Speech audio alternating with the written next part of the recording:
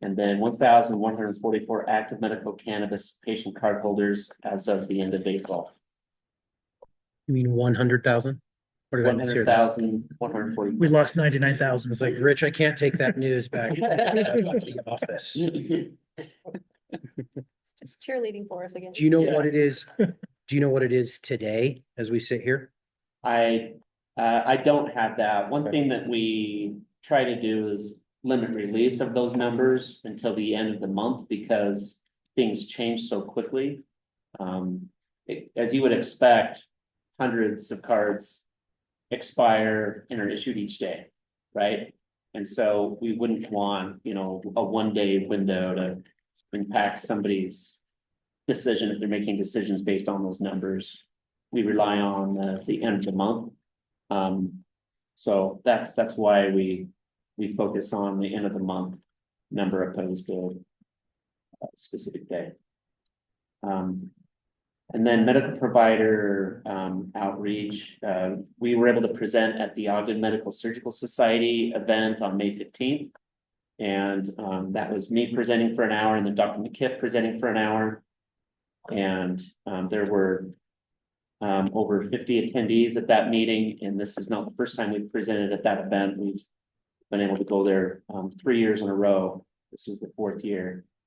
And also the Utah Nurse Practitioner for Pharmacology Conference was held on May 16th last Friday, and there were over 200 attendees to that. Those are nurse practitioners that are obviously prescribers. And so, and it was just Dr. McKiff that presented to that group.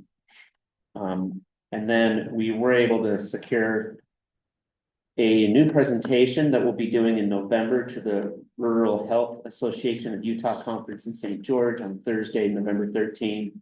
That group includes prescribers, hospital administrators, mental health professionals who work in rural areas. And so that is something we have coming up in November.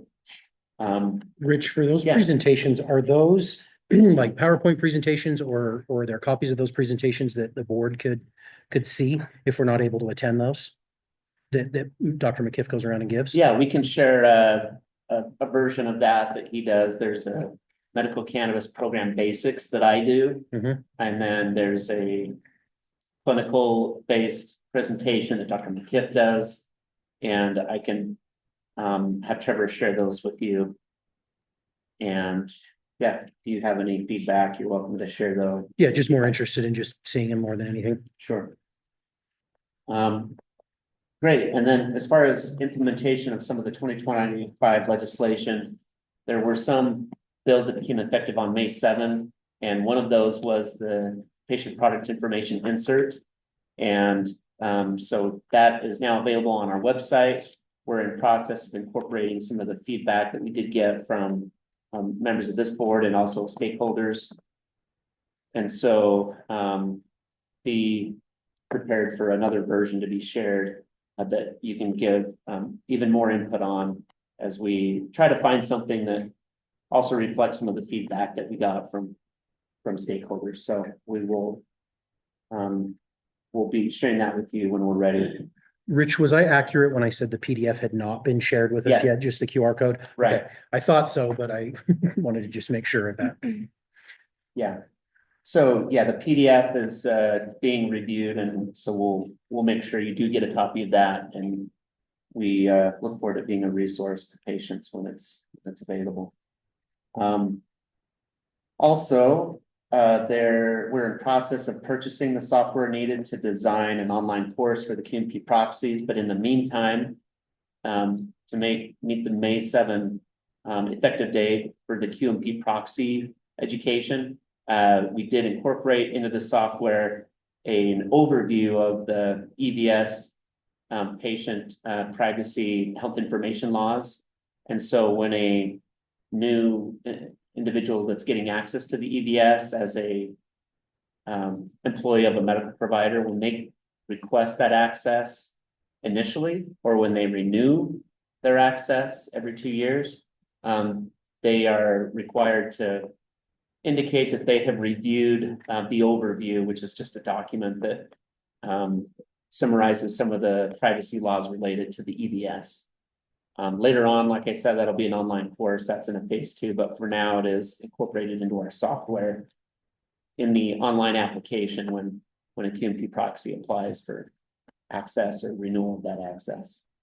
And then just as a reminder, some other law changes that don't become effective until July 1, 2025 are the removal of the requirement for a QMP to register with our office and to pay a fee. That requirement is being removed in July. And then also the transaction fee being reduced from $3 to $1.50. That changes in July. And the medical cannabis patient card fee being decreased from $15 to $8. That changes in July as well. There is my update. Are there any questions from board members about any of that information or other items? Rich, in with the product inserts, how often are you looking at making updates? I know you'd mentioned like this is iteration number 1. Yeah, When should we expect like iteration number 2 to roll out? yeah. My estimate is by the end of June Okay. is when we'll have that, because we do want to give stakeholders another opportunity to provide input after we've incorporated it Okay. into the documents. Thank you. Okay. Thank you. Thank you very much. All right, we'll turn the time over to Dr. Forsythe. Thank you. We don't have too many announcements. We'll be having the licensing board meeting next month on June 11th from 2 to 4. If you're interested in attending that for any reason. We're also preparing to open up the application for the additional pharmacy licenses that were put into the statute last session for one of them.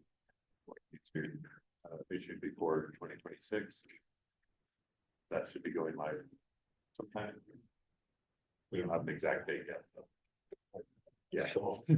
You've learned not to give those certainties, huh? And then we are working on several rule changes that we have ready for this board, probably in the next meeting. With regard to simplifying the rules and eliminating redundancy with stuff that's already in statute. Will you guys be, the ones that we reviewed last time, will those be published here shortly? They were just published. Oh, they probably, Yeah. were they in the one on the 15th that came out? Okay. And then assuming this next one will be what, pharmacy and courier? Yeah, there's gonna be the lab one. that Oh, yeah, we're the lab, gonna oh, yeah, that's right. Talking Yep. about a little bit today. in pharmacy. Okay. Sounds good. If you guys have any items that you'd like us to address in those rules, now would be the time. That's it. All right. Perfect. We'll go ahead and move on unless, does anyone have any questions for Dr. Forsythe? Looks like you've satisfied all of our answers. Wonderful. All right, let's see. We'll go ahead and move on to the next item on item 5.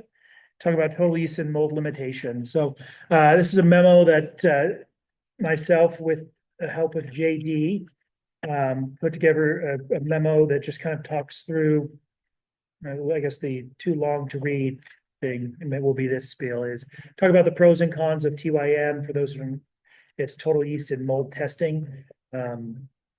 We did get information from Trevor on what other states are currently doing the testing. And looking at when I kind of spent time to write this memo, there's definitely a lot of pros to TYM testing. It's just, again, consumer safety, number one is out there.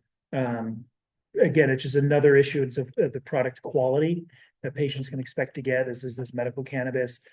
There can be regulatory consistency as more states as other states are testing for it, so it's more unanimous across the country. Also, it's a preventative measure in avoiding potential future recalls from happening that's already been sold to patients. You can test it if you're getting it beforehand.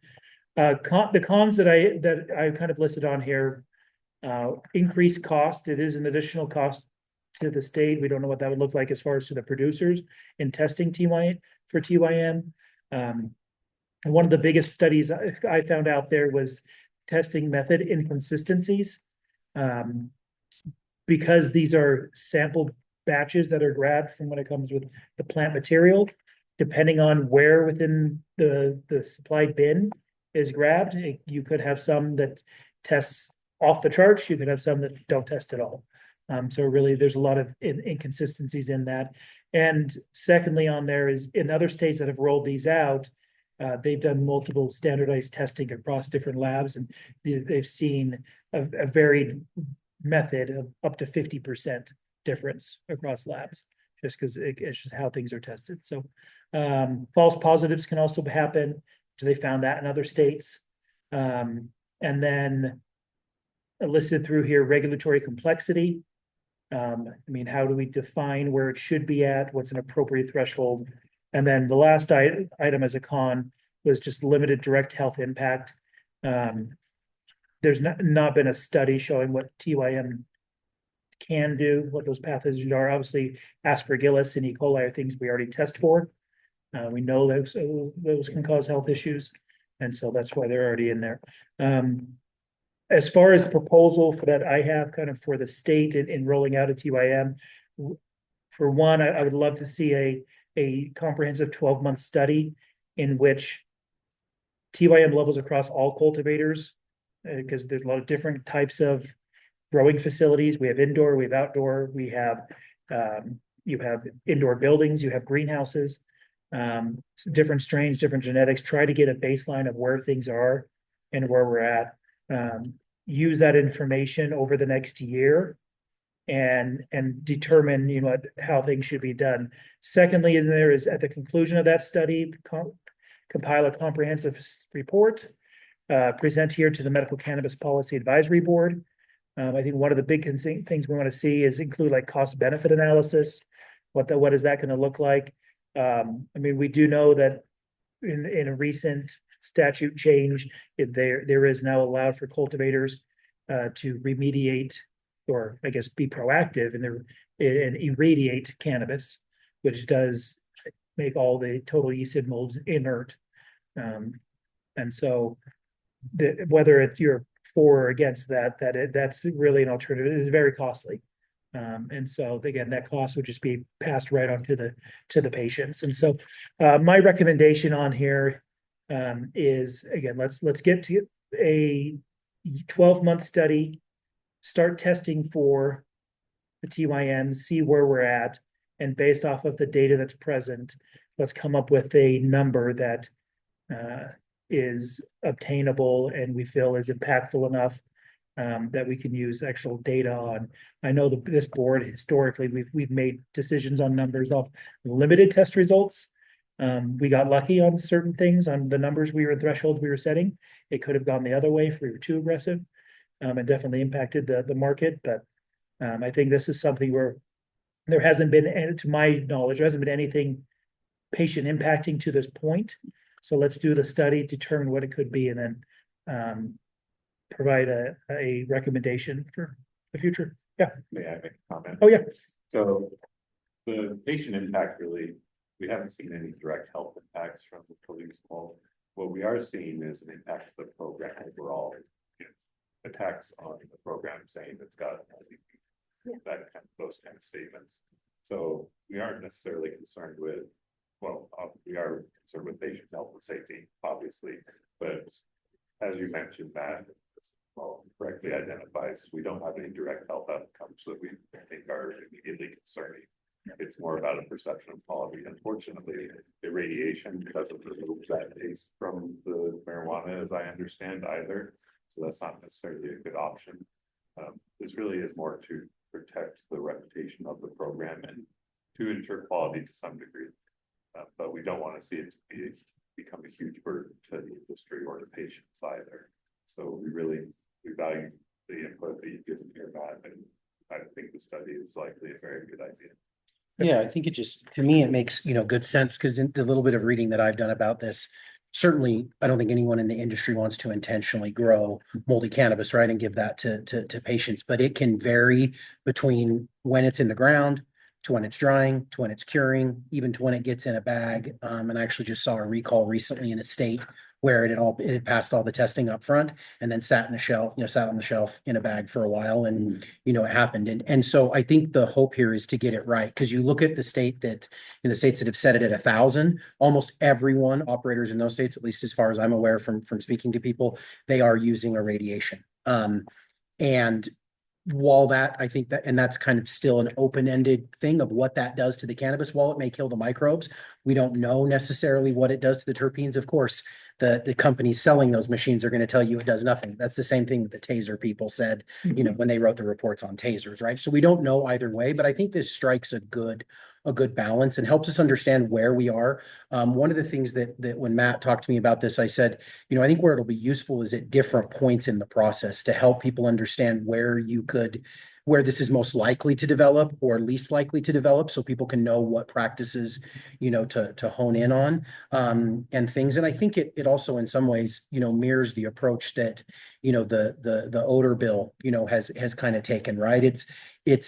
We could just throw some number out there and maybe that's the right number, maybe it's not.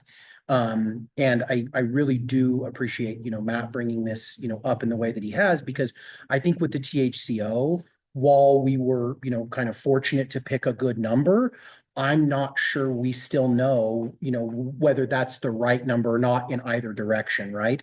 Yeah, it's, as far as testing and ability of products to get into the market seems to have been a good number, but do we really know if 2% THCO or 5% or whatever number we could have chosen is the correct number? I think this is really helpful. And you look at some states who have no standards, right? And they have the reasons probably why. I'm hopeful.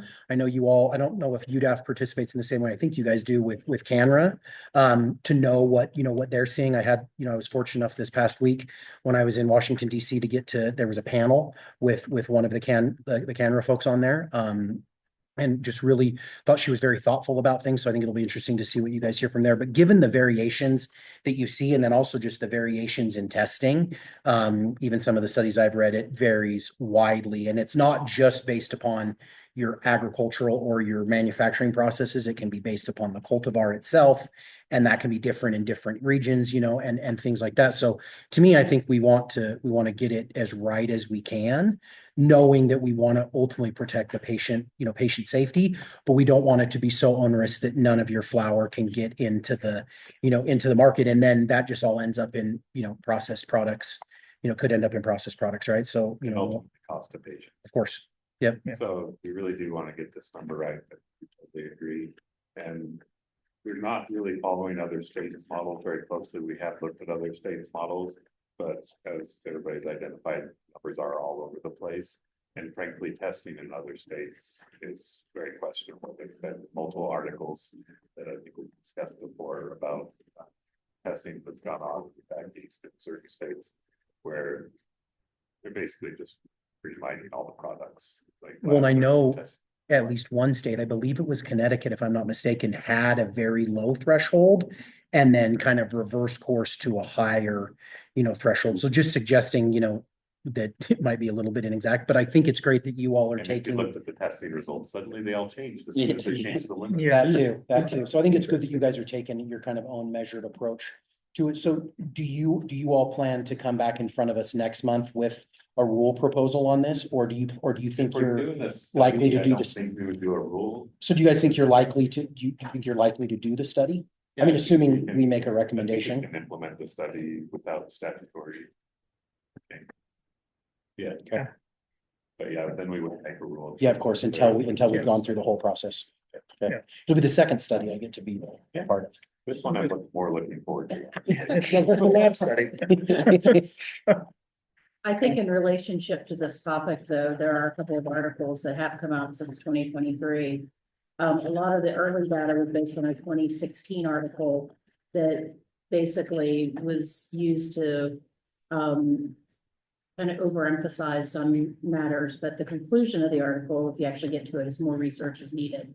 Yeah. But since 2023, Poonha and others have published recommendations both at the grower level, the cultivator level, even the processor level for ways to decrease TYM levels. And actually, there was a statement released by the Society of Cannabis Clinicians that actually summarized all those recommendations that we worth considering. Can you share those, Nikki?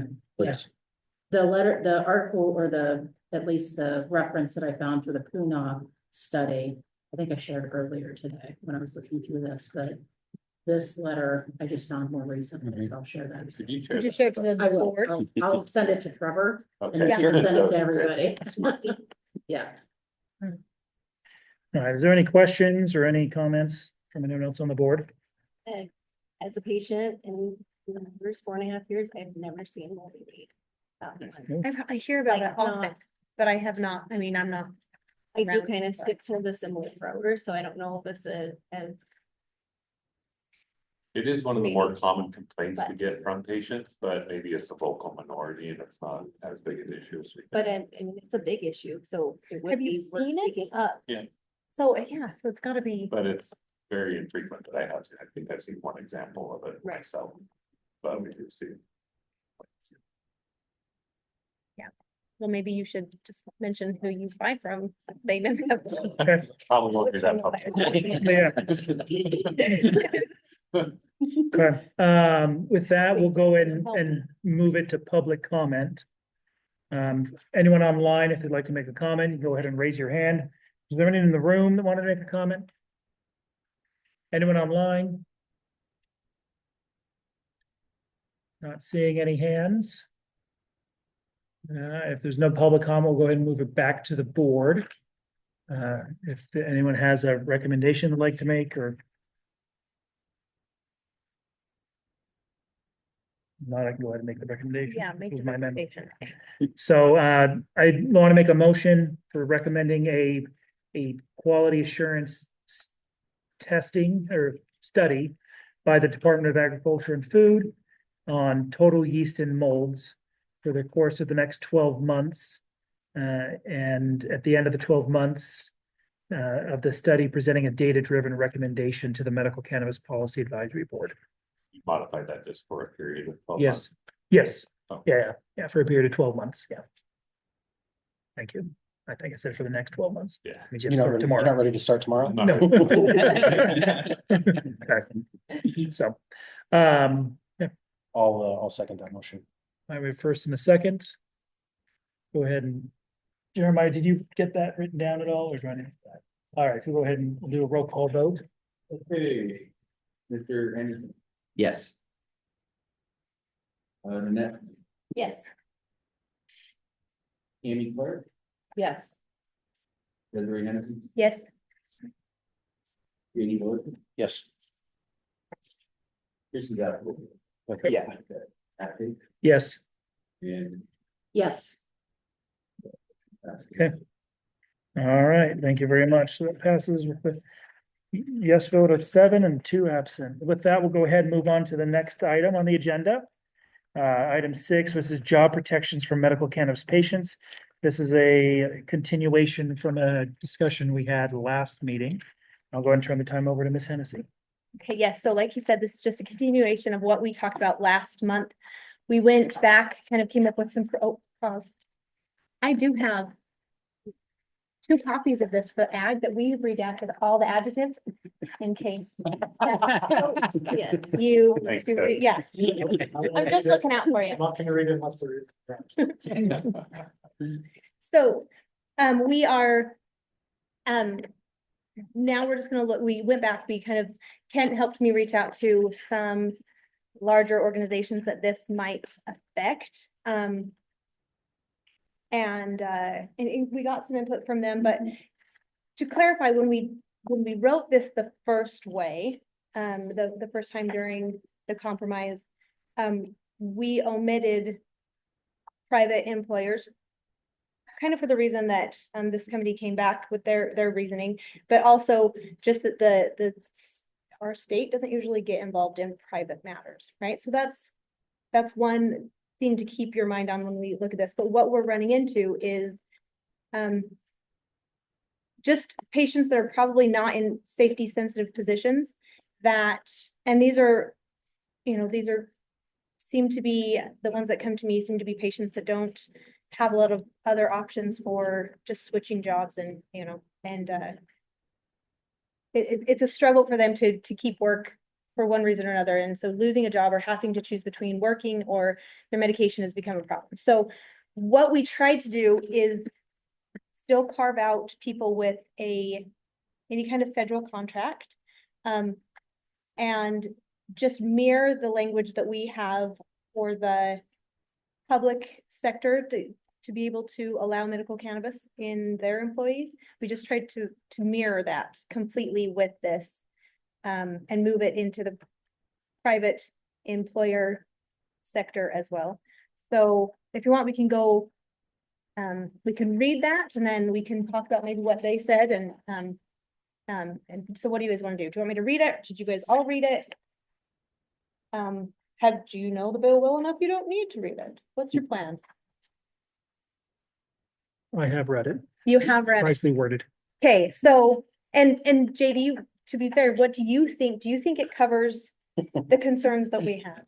Like with federal employers? Yes, I mean, I think that, what Des initially did was took the language that already exists in statute for public employee protections and basically mirrored that for private employers. So it strikes to me a nice balance between trying to protect the jobs of those employed by private employers, but also allows private employers to still take action. Mhm. If someone is misusing cannabis, while they're using it on the job, doesn't require them to accommodate in safety sensitive positions. I think it strikes the same balance that we already have, for public employees. And so I think the one thing that's a little bit different, and I'd love to see this happen on the public employee side as well, is it does talk about hiring and firing, right? Not just adverse employment actions. It does talk about, those protections on the front end as well, not being able to discriminate, solely on the basis of the fact that you're a medical cannabis, patient, a card holder.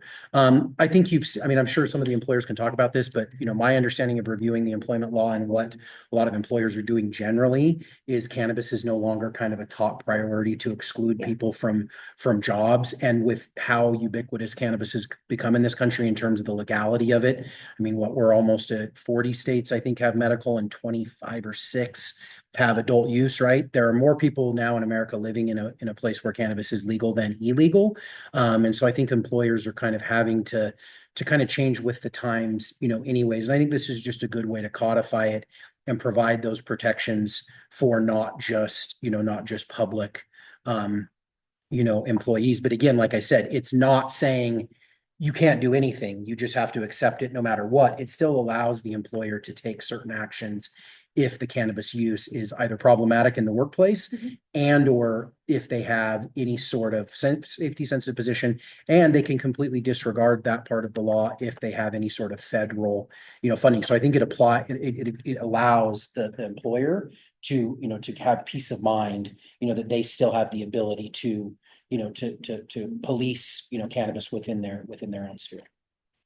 And this does, it does not just say that, oh, you have to allow medical cannabis. It says just clearly treat this like you would any other controlled substance. So if it's not allowed, if they have to be on light duty while they're on it, then they have to be on light duty while they're on it. You can mirror that the same way.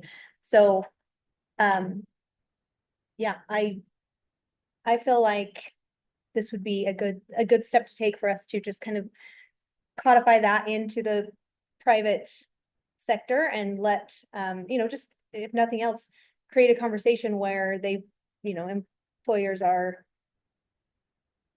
they can see that they can allow medical cannabis and still kind of manage any safety sensitive positions inside of their workplace just fine. The one employer that we talked to, they oversee kind of like a large group of aerospace different companies, and they don't feel like this goes far enough. And so if this goes forward and ends up in a bill, then I'm sure they would get involved at that point and probably oppose. And at that point, we could get language from them maybe to see what they would change. But they didn't provide that feedback to you. They said it didn't go far enough and didn't provide any feedback. Yeah, I think they're going to wait and see. And so if they need to get involved or not. And so, I think if I may, there was some hesitation to provide language as it may be appeared as giving consent Yeah. in support of the bill. Yeah. Was the comment. And I think you're right. Yeah. There was some language that they probably would like to provide, but I think generally their greater concern was the standard practice of Utah towards private business. That's what they Yeah. said, great, we could provide some feedback on this, but this is our bigger concern is the direction of private industry of how you're going to practice. And so, you know, I'll leave that as probably the larger concern. And I don't think Yeah. that's going to be uncommon with a number of businesses. You know, I think I'm going back to JD's comment about how there's probably a greater level of acceptance to cannabis use now. You think about the public employer law that changed at the state level. I'm a public employee. My public entity had already changed their rules prior to the state doing it. I think there's probably examples in the private sector doing the exact same thing. So I certainly agree with that comment. If you may, I've got a little bit more that I've I looked at. love it. If we Keep can going. chat. Thank you too for taking the work and doing all this and being willing to take my calls. I know it's a lot of work for folks to put together these memos, so I really appreciate that. And you know, providing language is a bit of a delicate dance as well. Are we talking about concepts or are we wordsmithing at this point? And to me, it's a bit of a balance because we are probably more on the concept level right now than saying this word has to be in there, this word has to be in there. But I do think that's a helpful way to get some feedbacks, to get some initial responses. So thanks for your work on putting that language together. I know there was something that I did contemplate as we were going through this conversation. I started wondering, gosh, is there other examples where the state has provided anti-discriminatory language towards medications? I didn't know. And so you know who we all go to, Trevor, right? We go to Trevor. And so I asked Trevor this question and he provided me some feedback and made it very clear that neither him nor I are lawyers. So we'll look to the lawyers in the group to see if we interpret this incorrectly. But this was a little bit of the path that that he was able to put together and I've summarized in a shorter term. But it's essentially coming out of state code. It's Title 34, Chapter 38. It's about drug and alcohol testing. So if an employer chooses to test an employee for the presence of drugs or alcohol as a condition of hiring or continuing employment, the employer is protected from liability as provided in state statute, as long as that employer complies with the state statute. So you can do drug testing, but if you do, you're going to have to comply with state statute. So the law requires that an employer has written policies in place and have procedures that meet recognized standards. Test takers are then given the opportunity to provide information relevant to the test, including identification of currently or recently used prescription or non-prescription drugs. So they're provided that opportunity.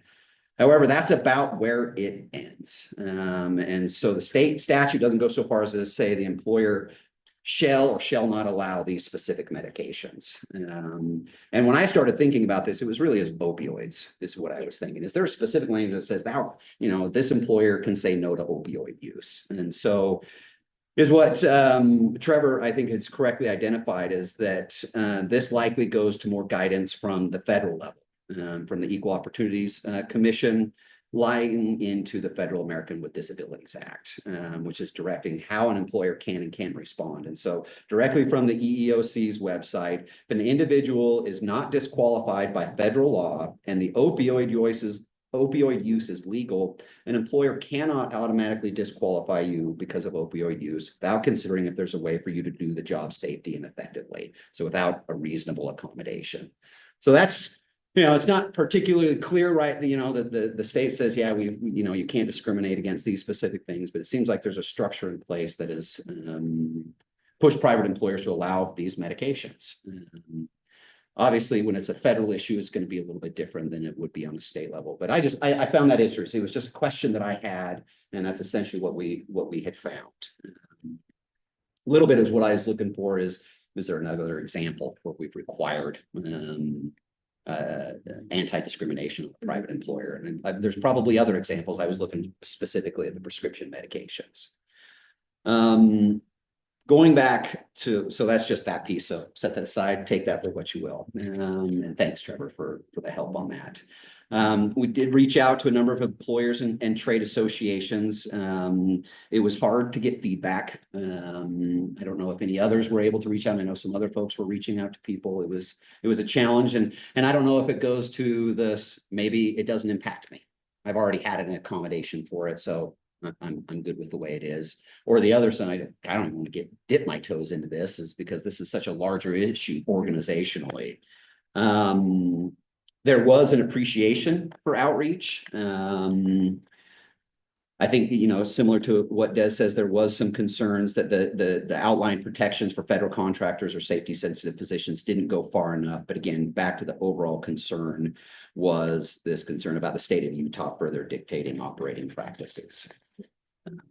So that's just some of my comments and research that I've been able to do since that last meeting. Did you have a chance when you spoke to these people talk about, I mean, I know Schedule 3 right now is on hold, but presumably once the appeal is resolved, that process will move forward. Did they have any reaction to cannabis being moved from Schedule 1 to Schedule 3 and whether that would impact their feelings about this, or were they playing it pretty close to the vest? I didn't bring it up. I didn't bring that up, should have, but yeah, just looking at And it. as I think about that, that's where I go kind of back to, because that was a similar thought maybe I had after the fact is, well, what does ADA apply in when it's a Schedule 3? Does that change things on how we can apply locally from a discriminatory practice? And so that may be affected just through the ADA. So if you had to summarize it though, you'd say you think the majority of the pushback you got was just generally kind of meddling in the affairs of private business. Stay out of our business. Which I think is which I think if we do something like this, that would be the concern of most business. That was the concern of me when we were working on it in the compromise. So I can see it, but it's come down to a lot. It seems like we're kind of dealing with discrimination of times of patients. They find out they have a medical cannabis card. They're like, I'm not going to use it on duty. Like, and there's just, and then they don't have a job. And so, Do you have people that have come to you saying I was fired for having a medical cannabis card? yeah, they probably have jobs again, but I could go back to them and get them. And But that was the cause. I have patients like that are coming up on graduation, reaching out to me and saying, I have concerns about getting a job because I rely on my medical cannabis. And so here I am at the end of my degree, feeling like I'm out of options because I can't even Yeah. apply because of discrimination. and that, I mean, this And I've wouldn't had that. protect getting a job, Well, right? I mean, it But- still allows the company to discriminate as long as they have a written policy. Right, so that's not gonna go away. I'm saying most companies have a policy against cannabis use. But it has to mirror, this would say you have to mirror it against other controlled substances, right? So if you, You can't just carve out just medical cannabis. You have to do Yeah. all. yeah, you can't, because then I they, mean, the corporate would companies just I've be worked for in legalizing the past, discrimination. it's any typically if it's a non-prescription medication, if you're using stuff you're not prescribed. I mean, that's, even though it's prescription, using someone else's, that falls against their drug use. Yeah. So, Well, I find it quite honestly to be in line with what the legislature has done since the beginning of this program, which is try to normalize medical cannabis like we would any other treatment. And I think that the proposed language does the same thing, right? It says, if you can't do this for another lawfully prescribed controlled substance, you can't apply this to just cannabis. I think some of what we heard today up at the legislature is an attempt to do that, Yeah. right? You're attempting to carve cannabis out from, already settled public policy, right? I think with this, I think a lot of, I wasn't as involved in the compromise as you are, but I think part of it goes back to the court cases that had come out before and, what those rulings were. But I think as we move on, and we attempt to continue to normalize cannabis, I think this is the next kind of logical conclusion. But I also think the language here, as I said, really does provide employers, like, it's not we're just shoving this down your throat and you have to take it in cannabis. We're not trying to create a carve out for cannabis, right? If you Right. want to kind of put the shoe on the other foot. It's just trying to find a balance between the two and the ability to use medicine and not have to face, discrimination, with your job. But it also says, hey, you can't come to work intoxicated. Hey, if you have certain positions, you're gonna have to be, careful about your consumption of it and different things. I mean, I think even the businesses that right now have policies that allow medical cannabis use I'm sure have policies too around, abuse and misuse, right? I don't think Right. it's gonna ever, be carte blanche. So I think that's the one part I would love to make clear. I think this group for sure understands, but just for anyone listening and or any lawmakers that, may have to consider this isn't just a blank check for the use of medical cannabis. It's the ability to use it without, use it responsibly and not face discrimination in the hiring and the termination, process. So to me, I don't see it as really deeply meddling in private business. It just says, hey, cannabis has to be treated like you would treat anything else. And that honestly will still leave an employer up to say, if they don't allow opiates to be used in their business or another prescribed controlled substance, well, then they don't have to tolerate that for cannabis. But if they do, Right. they have to treat them the same. To me, it's trying to wipe away the stigma that somehow suggests medical cannabis use is so much different than the use of another Yeah. prescribed controlled substance, which we know anecdotally is just not true. And that's in essence what I want this to say is Utah has voted. Cannabis is a medication here, and I'm just saying we should treat it like that. Everywhere. Yeah, the federal government's getting ready to do the same thing, hopefully. I think it is interesting looking at what Trevor put together for job protections in medical only use states. So I just did a quick tie. So there's 17 of them. 2 is a yes, state and local government employees only, and 6 are a yes across all employees. So there's 8 that's got some sort of employee protection. So there's 9 that either had none or none specified. However, of those 9, 4 of those have processes in place. There's 2 proposals for a public and private non-discrimination, 1 proposal for a public employer, and then New Hampshire, this was kind of interesting, again, reading through some of the non-discrimination pieces, is the state Supreme Court that it says that's protected under the existing state's anti-discrimination law. Yeah. And there's some interesting pieces that's happening nationwide, I think, but it seems like there's a trend towards, kind of bucking the feds telling you what you do with private employers, and the states are going to move towards it. Sounds like cannabis in general. Yeah. Anything else you want to add? No, Yeah. just if anybody has any comments. All right, is any other board comments? If not, we'll go to public comment. Those online, if you want to raise your hand, is there anyone in the room that would like to come up and make a comment? Stand up too quickly. It was empty today. All right, and it's not looking like anyone online is raising their hand.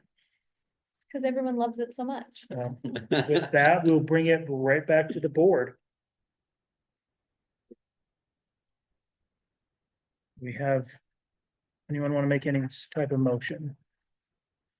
Not the best at motion making. I make a motion that JD makes a motion.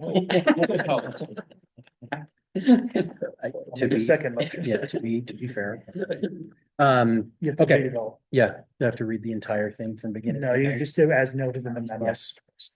You didn't want to hear me read all those paragraphs? All right, I will make a motion that we make a proposal or a recommendation to the legislature to adopt the language proposed in the memo regarding proposed language for private sector anti-discrimination of medical cannabis cardholders. It will replace the current section 6 with the amended subsection 6 as set forth in the memo. I'll second that motion. All right, Okay, Mr. Anderson, No. Annette? Yes. Amy Clark, Yes. Desiree Hennessy, Yes. JD Gore, Yes. Matthew Pete, yes. and then Ricky Scott. Yes. So that, let's see. Okay. 52%. Beautiful. All right, with that, we will get Trevor on a recommendation memo. And we'll go ahead and move on to the next item, which again is with Ms. Hennessy. Item number 7, medical cannabis THC limits. Right. And this is just a discussion. So, a couple things that I want to make sure that we do before this legislative session is just make sure that this board has a good idea of what we're going to be facing and the reasons why we're looking at the things that are being looked at in law this year. One thing that we had kind of got a teaser was coming last year, not a teaser. Definitely was, they were, trying to add it in bills last year. And then today it was even brought up as well, is THC limits. And so that seems like it's gonna be something that, there's, actual money put behind trying to change in our medical cannabis program this year. For me, that's, we came to these limits, with, for good reason. We're proud of the limits that we have. We don't control THC here, but we do allow a certain amount of THC to be purchased every month, right? So, I was really hoping that we had some of the industry members here because they know about the limits better than me, but, JD can talk about this too. So, a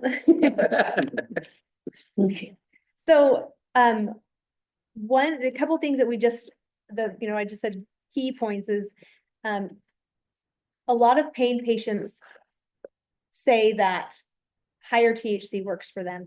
And that's, they use less product and it's the THC that really relieves the pain. We have 85% of our patients in our program are chronic pain, or they qualify as pain patients.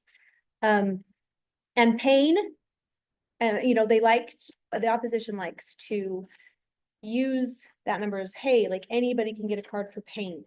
And that is just a really weird way to frame this, or a negative way to frame it, because the truth is that pain is one of those things that people will say that cannabis works for over and over, like pain and sleep, right?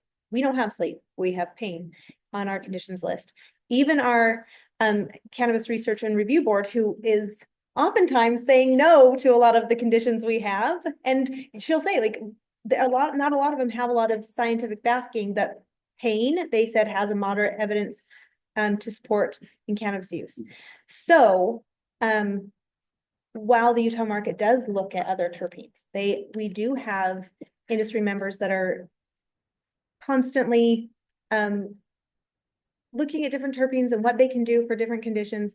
THC is often what patients are requesting for medical reasons. And then also just to note that it's not just pain patients that often seek these higher THC. And I hate to use the word higher THC because it's just medication. I mean, it's not like we're beefing up THC to make a product. It is what it is. So, And I think, sorry to interrupt, No, I think please do. one item that was brought up today is it's not necessarily, they never really bring up gummies. They don't bring up balm, they don't bring up tinctures, they bring up vape cartridges. Yeah. Because the purity, and really it's people say potency, how high it is. It really, in reality, in the lab setting, it's the purity. Amen. Right? And so that's really, I think, is what needs to be discussed is these are on average, I think it's like 80. I was just looking through my testing and other facilities. I think it's like on average, it's about 85% THC. Yeah, but explain what that means in a product. So as far as for the vape cartridge itself, most are filled with 1 gram of distillate oil. And so you're getting about, and it's about on average, about 3 to 4% terpenes, depending on what type are being used, sometimes more.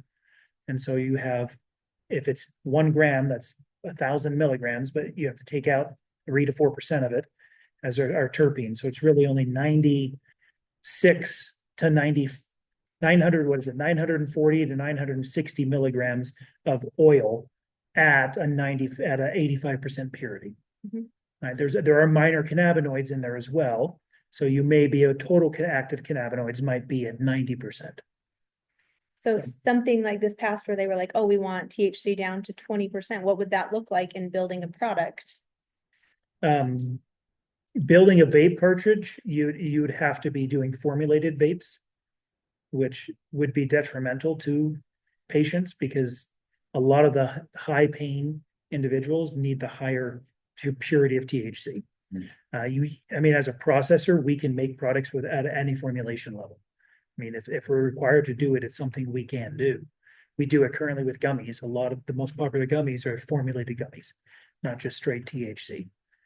Because their patients are looking for an all-around benefit, not just the psychosis they're getting to alleviate the pain. So, Psychosis they're getting to alleviate pain. That was beautiful. And a lot of pain patients are using that basis because it's immediate. mhm, There's no wait for relief. It's pretty Yeah. instantaneous. Well, and dosing is so much easier with an inhalant than a gummy. 100%. So the patients will tell you that consistently. They can use a much smaller amount. It works faster. They can control how much they take. They don't ever have to worry about like, what did I eat? Did I eat enough? Can I take this whole half of a gummy or not? Mitigating a high is easier if you are inhaling. And we want to be very, very careful about what we expect when it comes to purity and what people are, putting in there for a carrier or whatever.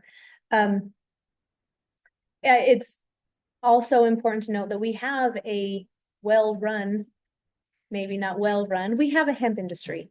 So we have a place where people want a lower amount of THC, they can go. Sometimes you can actually get more, but you can go to the CBD companies and get CBD. This is a medical cannabis pharmacy. At the pharmacy, in every pharmacy in Utah, there is medications that are sold there that aren't sold somewhere else because of potency and purity, right? And that's what we have here. We have, I find it kind of interesting because they're attacking a potency in a pharmacy. Where else do we do that? Pharmacists are there, the patient has seen a doctor, and now they are working with the doctor on dosing, on amounts, on forms, and then they're working with the pharmacist to make sure that they're able to mitigate with the products that they are purchasing. So I just want to remember, like when this is a pharmacy with a pharmacist, that is what pharmacists do. That is what pharmacies are for, is to handle these medications that need oversight. I feel like we're doing that well, and I haven't been able to find a lot of claims that this has been a problem, like the THC limit inside patients. Patients aren't complaining about the THC limits. It's only people that are not using the program. Another thing is that we decided instead of doing THC limits, we have a 28-day purchasing limits, which was talked about a little bit today. We have 113 grams of unprocessed flour and 20 grams of total THC in processed products. Again, I went and, we set those up in the beginning of the program to make sure that these products did not end up in the streets. And when I was, and maybe Jimmy's online, but I went and talked to, and JD was there as well, went and talked to some police officers, and we asked them over and over, like, are you seeing medical cannabis products inside of the market? And we did not get one yes, and we talked to hundreds of police officers. Our medical cannabis products are not the problem. These limits that we have, these products are not seeping out into the general population. So again, this isn't a problem within the program. It's only a problem with people that aren't using the program. So I just want everybody to know that when somebody says like, we don't have limits, we absolutely have limits. And we have patients that have hit those limits. And I've had doctors call me and say, what do I do? My patient has hit these limits, and we tried to expand those. Like, could you go through the compassionate use board and get a little bit more? And no, both times we had to send the patient back to an illegal market. And so, but I don't think that this happens often, but when it does, we have a very strict cap, and the doctor has the ability to recommend up to that amount. The doctor can, and the pharmacist can talk, and the doctor alone can reduce those limits or forms at any time. So that's just another thing to recognize. And the patient request to increase it, and if it's not concurred by the physician or the pharmacist, will they not receive that? So if the patient, if I am getting below the amount, so below the 113 grams, and I go back to my doctor and I say, hey, I would like a little bit more, and they're like, I don't think you should, then there's nothing I can do other than do what you would do in any other situation and change doctors and see if they can come to a different conclusion. But that hasn't, like, we're not running into that. That's not. Sorry, yeah, my question wasn't on the purchasing limit, it was on the level of THC in the product. So they don't, I don't. They talk about forms and amounts, and so I don't know that any pharmacist goes and says, hey, you can only buy products that have this percent of Yeah. THC, because that's not really the way it's done in any state, really, that we could find. I mean, they kind of just cap them on how much THC they can purchase in a month. They can take that down to a certain percentage, and then whatever product they want to get to fill that and use is up to them in the pharmacist. I think I've heard of it in children's cases in Yeah. Canada. Like, that's really where they just limit percentages. Limit Well, percent of the Mhm. THC. I mean- Pretty, yeah. Yeah, there are states that have put caps, Caps you on know, in THC. place. And I think the part that I would bring up is what's the practical effect of this all going to be?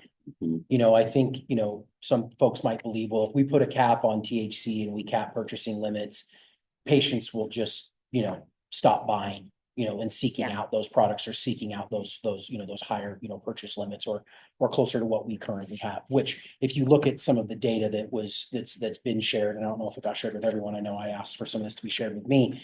Utah's kind of middle of the road when it comes to purchase limits, right? You know, I mean, how much you can have in a 28 or a 30-day period.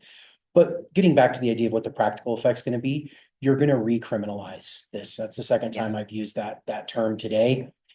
Patients are not going to simply say, oh, fine, I'll take the 50% vape, the 60% vape. Oh, I'll take the 20% flower, whatever number it ends up, you know, Yeah. being. What they will do is they will go and they will support the economies of other states. Yeah. They will go into the illicit market. They will go into other markets and find those products. They will purchase them online. It's not going to stop the behavior. What it is going to do is it's going to recriminalize patients, number one, and it's going to put the Utah cannabis industry at a significant disadvantage. And I go back to the analysis that you all did, you know, and the ultimate conclusion that was reached is even around licensing, right? It was, we have to be very careful about, you know, issuing more licenses, given the pressure that the Utah market faces. We're in a bit of a unique situation here, you know, other than Idaho and Wyoming, you know, we're surrounded by, you know, pretty mature adult use markets. I mean, Colorado is, other than Washington, the most mature adult use market in the country. And forcing patients to have to do that, to get the medicine, I think is, you know, it's just difficult. And I think the other thing is some of the information that's being put forth, and we even heard it today, you know, they're talking about youth use, and I won't sit here and claim, you know, and say, oh, who cares? You know what I mean? Oh, absolutely not. We care a lot about that stuff. You know, we do not want cannabis getting into the hands of our youth unless they have gone through the appropriate channels under the supervision of a doctor to do so. So to make claims that, you know, are insinuating that the Utah medical cannabis market is flooding youth use. Yeah. I haven't seen evidence of it, right? That there's this massive amount of diversion they're claiming. I don't think I would say either that there's no diversion, right? That would be crazy to claim, right? But also, I have not seen the evidence that is the case, right? And that you're seeing a lot of what is in the legal market end up in the illegal market. And I think what unfortunately happens is the legal market gets lumped in with the illicit market and some of these other markets that we've spoken about. And I just think this idea of thinking you're going to curb this and you're going to, you know, youth use is already at an all-time low. You look at any study that's out there, and I'm sure Misty could probably pull 5 or 10 right now as we sit here and talk. Legalization has decreased the youth use of cannabis. It just has. That's just the conclusions it's come to. It's also done in a number of other areas where they thought it might go up. It has not. Right? You know what I mean? And so study after study continues to show this. And the idea of thinking that we put this in place and this is really going to curb all those other things. I'm sorry, but preventing us as a pharmacy from producing a 90% vape cart, or Matt from, or from selling one, or Matt from producing one, is not going to stop the kid that just went online and bought THCA flower or a THCA vape from a completely unregulated online seller, that's not age gated, none of that stuff, right? It's not going to stop a lot of these other things. And also, it just, to me, it lacks the fundamental understanding of how it gets produced. When you grow the flower, short of harvesting it early, which you probably don't necessarily always want to do. In some instances, you might want to, because it can have an impact on your fresh frozen and some different things. And for whatever products you're making, but usually you want it to go to full term, and you want to be able to harvest it at the right time with the maximum amount of resin, because that is where the medicinal value of the plant is. And so to think that I'm just going to go into, one of our growers and go in the flower room and say, hey, just stop producing resin. You're at 25%. Stop doing that.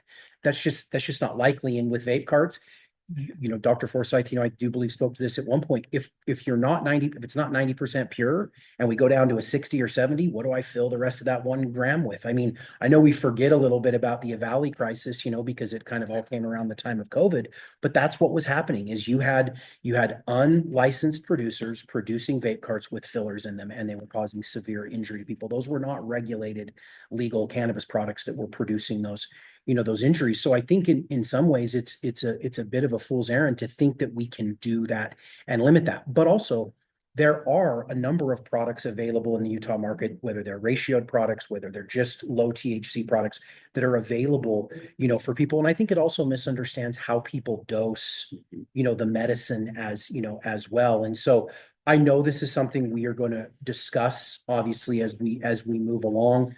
It was proposed today, by Drug Safe Utah.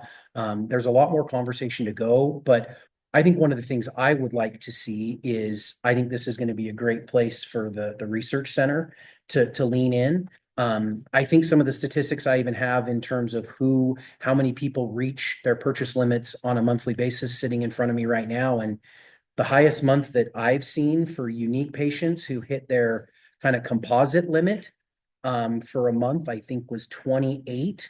And the highest for flower, I think, was 37. And if Rich was correct earlier, he reported on 100,000 patients in the program, right? So while I think obviously it's a discussion to be had, I think what we need to be really careful to do is to look at what the actual data is and where those issues are coming from. Because unless there is proof that the medical cannabis industry in Utah is fueling youth use that I'm not aware of, or that it's fueling, bad outcomes for people and stuff. I think we should be careful to put, arbitrary limits in place, because people are not going to stop using cannabis. They're going to go find it from another source. And wouldn't we rather that be from a regulated legal source in Utah? With COAs. Yeah. And it would affect vape carts the most, which is the most accessible, the most purchased, the most financially affordable for patients. So If you're doing the most inaccessible, like a disservice once again, by limiting those. Yeah, if purity you limit, standards. and I think if you limit the THC, again, this idea of pushing into the illicit market, if it's not satisfying the pain need or whatever the qualifying condition is, they will have no other choice. Right. So, yeah, I agree. Yeah, Thanks for that. push them out of the pharmacy model, right? We are offering a medication that has a higher potency, a higher purity. And now we're saying, oh, but we're not going to allow that, even though we have medical professionals here to manage this with you.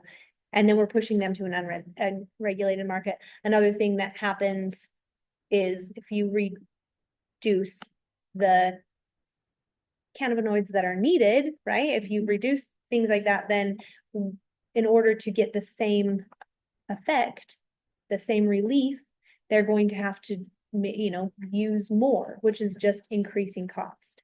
And so for the patient, and the only reason I can find, because we don't have any proof that it's hurting anybody, is because so people that don't use the program can feel more comfortable. It's not for the patients. It's not because we are having problems in our market. It's because somebody looked at a piece of paper and said, I don't like those numbers. They make me feel icky. And that's where we're at. Therefore forcing a patient to double up on their use and possibly causing them more harm. And discrediting doctors and pharmacists and their ability to treat patients. So, anyway, I think, I don't know if Blake was gonna come and talk about potency and purity. If, Did have his hand up. Oh, and it's up again. and he's up, so if he wants, I mean, if you guys, this was just a conversation.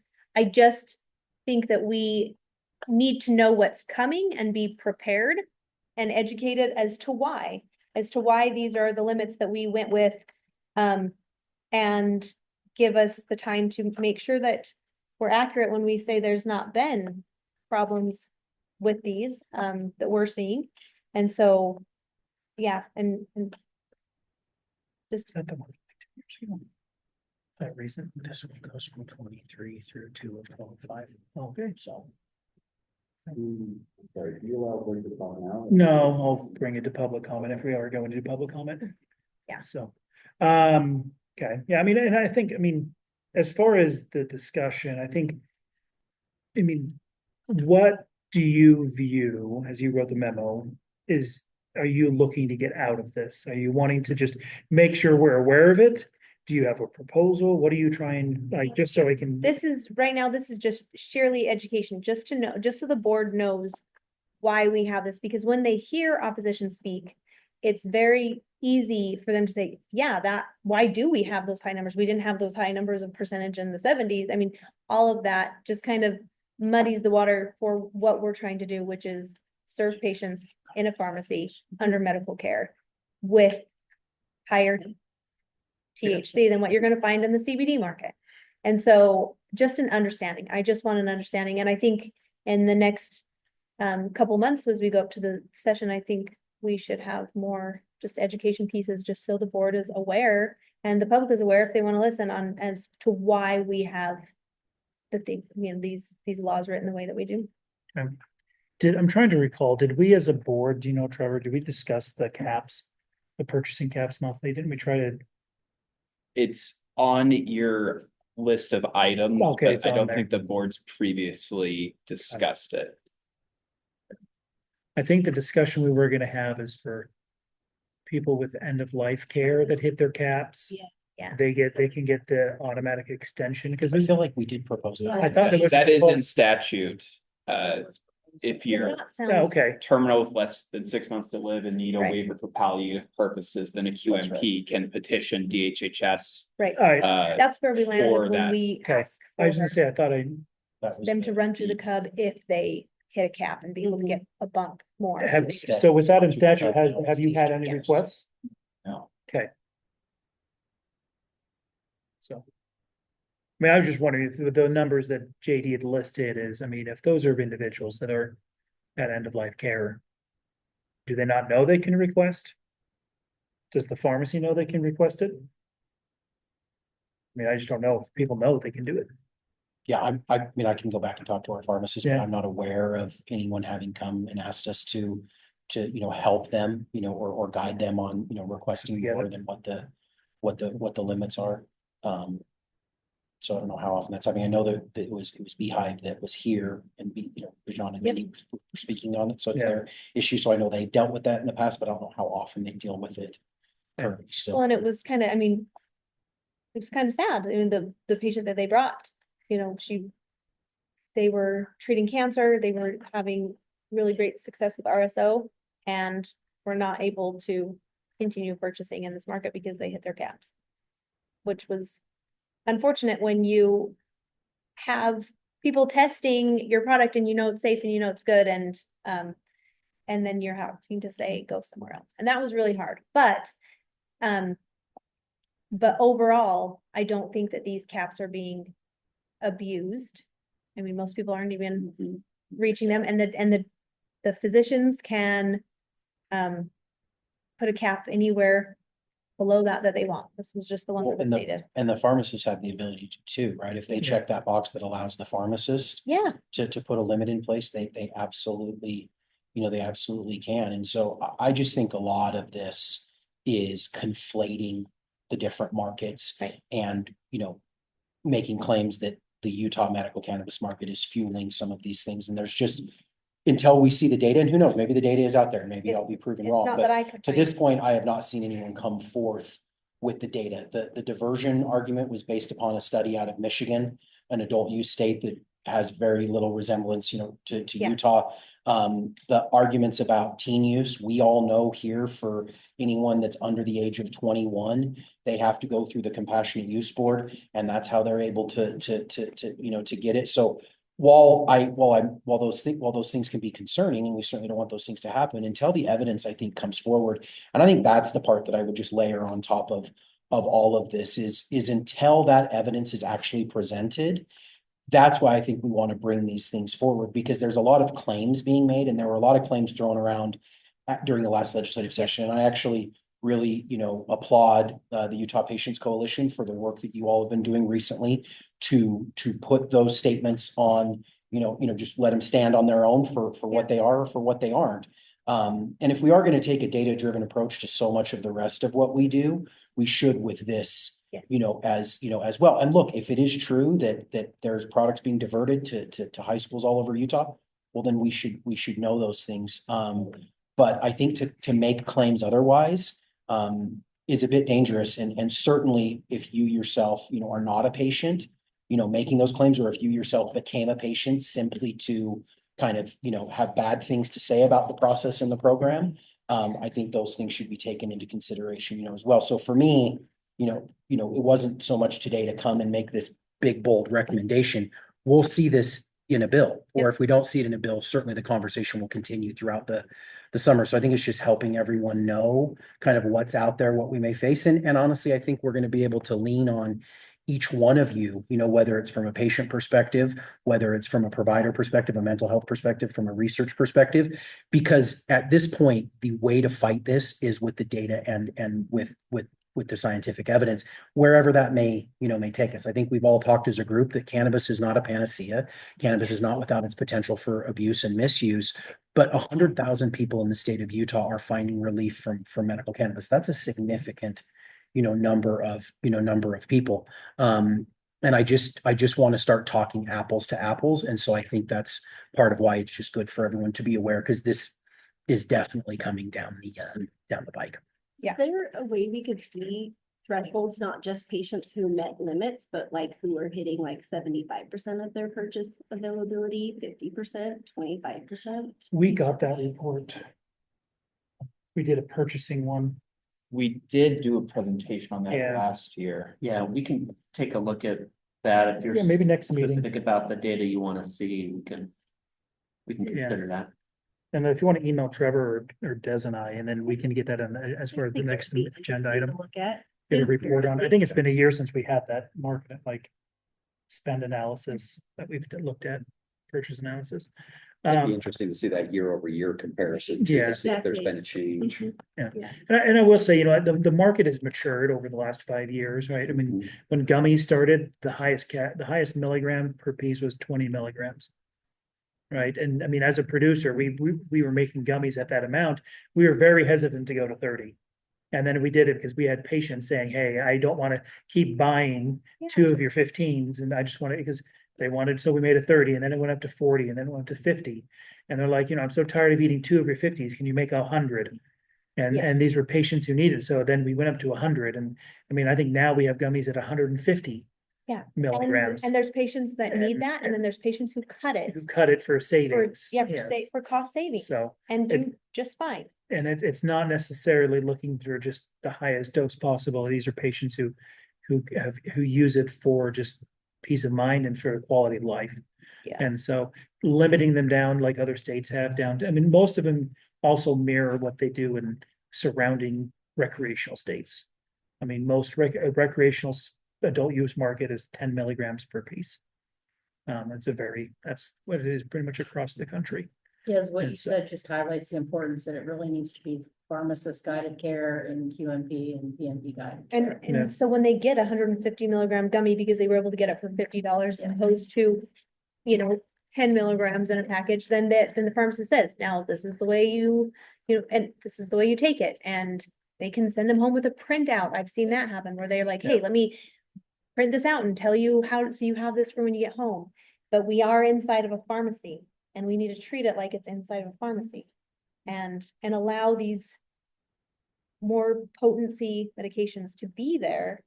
And again, if there's a problem and it's hurting patients or the public, then I think That's me fine. and industry, like, we're gonna be the first people to try to put a stop to that because we want to protect this program at all cost for patients. And so, I will say because of the clinical trials that were done with cannabidiol, you're gonna find more data in the literature that meet the requirements of the CRRB or the new iteration of the CRRB for cannabidiol products than you are for THC products, just because those clinical trials don't exist, unfortunately. Yeah.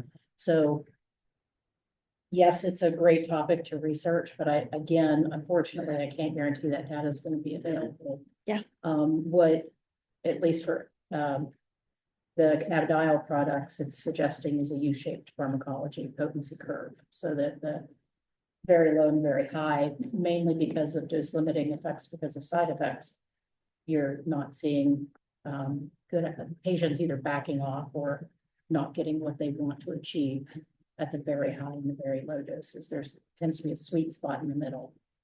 But that's clearer for the cannabidiol products than it is for the THC products and the limited studies I've seen. But not necessarily because that wouldn't be the same results that a THC study would reach. It's just because of its continued federal Absolutely. illegality that makes it so hard to And it study. also obviously varies from condition, from patient to patient. A lot of the studies now aren't looking at huge populations of patients. They're looking at like intra-patient variability Mhm. and how a single patient with the same condition as this patient varies Right. in their response or their potency curve. So and in Utah, if you wanna go into the pharmacy and you need a very small amount of THC, that is absolutely available. So those patients, it's not like it's not available. And I've kind of heard that, it kind of insinuated that we only have these high THC products. We don't, we really do focus on terpenes here, and we do have low THC products available at the pharmacy. 2.5 milligrams, I think, is the lowest I've seen. Yeah, well, and that's why pharmacists work so carefully to titrate the dose for each Right. individual patient. Because one person's needs can be very different from somebody else's. right. And that's why the pharmacist talks with the person every time they leave. So, Okay. Any other board comments, questions? Yeah, thank you very much for this presentation. Taking the time. I mean, I know Blake's raised his hand twice. I don't know if he wants to raise it a third I time. think he's gone. He's still there. Is he there? As he's doing that, if there's anyone in the room, we'll see. Room's hopping over here.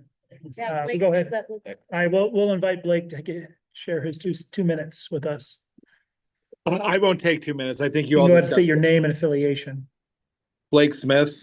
I'm with Zion Pharmaceuticals. Is he unmuted? Oh, it might be because you muted your computer. Just 1 second, Blake. We can't hear you. Like, can you try to go? There you go. Okay, can you hear me? Yeah. Yep. Awesome. Blake Smith with Zion Pharmaceuticals. I'm not going to take the full 2 minutes. I think you all covered the topic very well, and really this was just a discussion point. I mostly just want to throw it out to basically, I don't understand what the negative arguments are against potency at the moment, just because if we're calling it medication, right now we're measuring potency along with quality, meaning that if I know what 95% of the material in my vape cart is, then lowering it down to 60 means that there's a whole bunch of other stuff that's just being added to the various products. And I guarantee a whole bunch of those are probably not going to be medical grade or medical standard. And so, I would be very curious to hear somebody give me a good medical argument as to why we would limit medication potency. If people want to control dosing, then we probably need to do better dosing guidelines, and the math can be done. 1 second of inhalation of an 84% card is approximately 7.5 milligrams of THC. I mean, there's ways to figure all that stuff out. So it's about dosing. It's not about purity. That's all I have. Thanks, Blake. All right, bring it back to the board. Oh, we do have another hand? Oh, perfect. We'll go ahead and, let's see, is this Cole? If you'll state your name and your affiliation.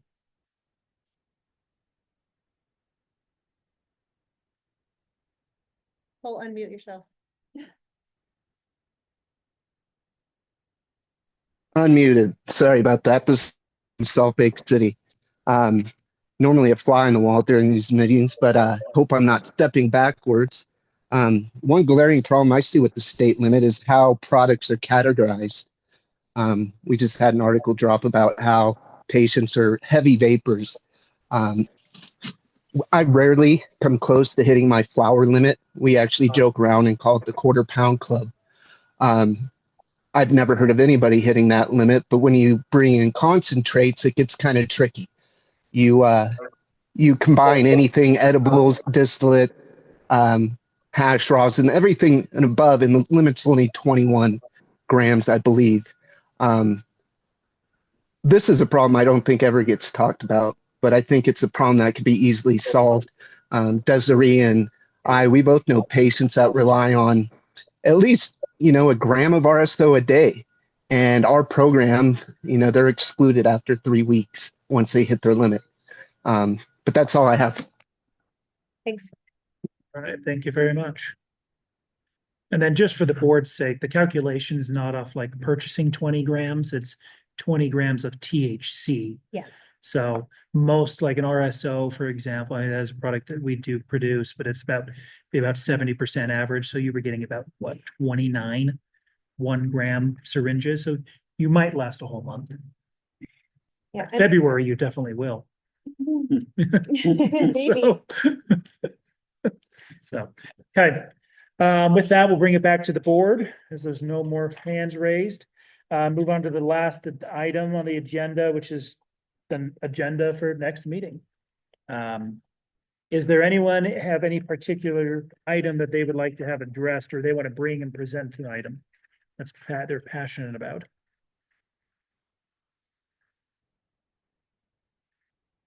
Okay. Gave you all mine. Bring your Yeah, pens. we'll probably be picking some, so. With that, we'll have our strategy meeting on this Thursday. Okay, I still don't, I'll see the time when it shows up.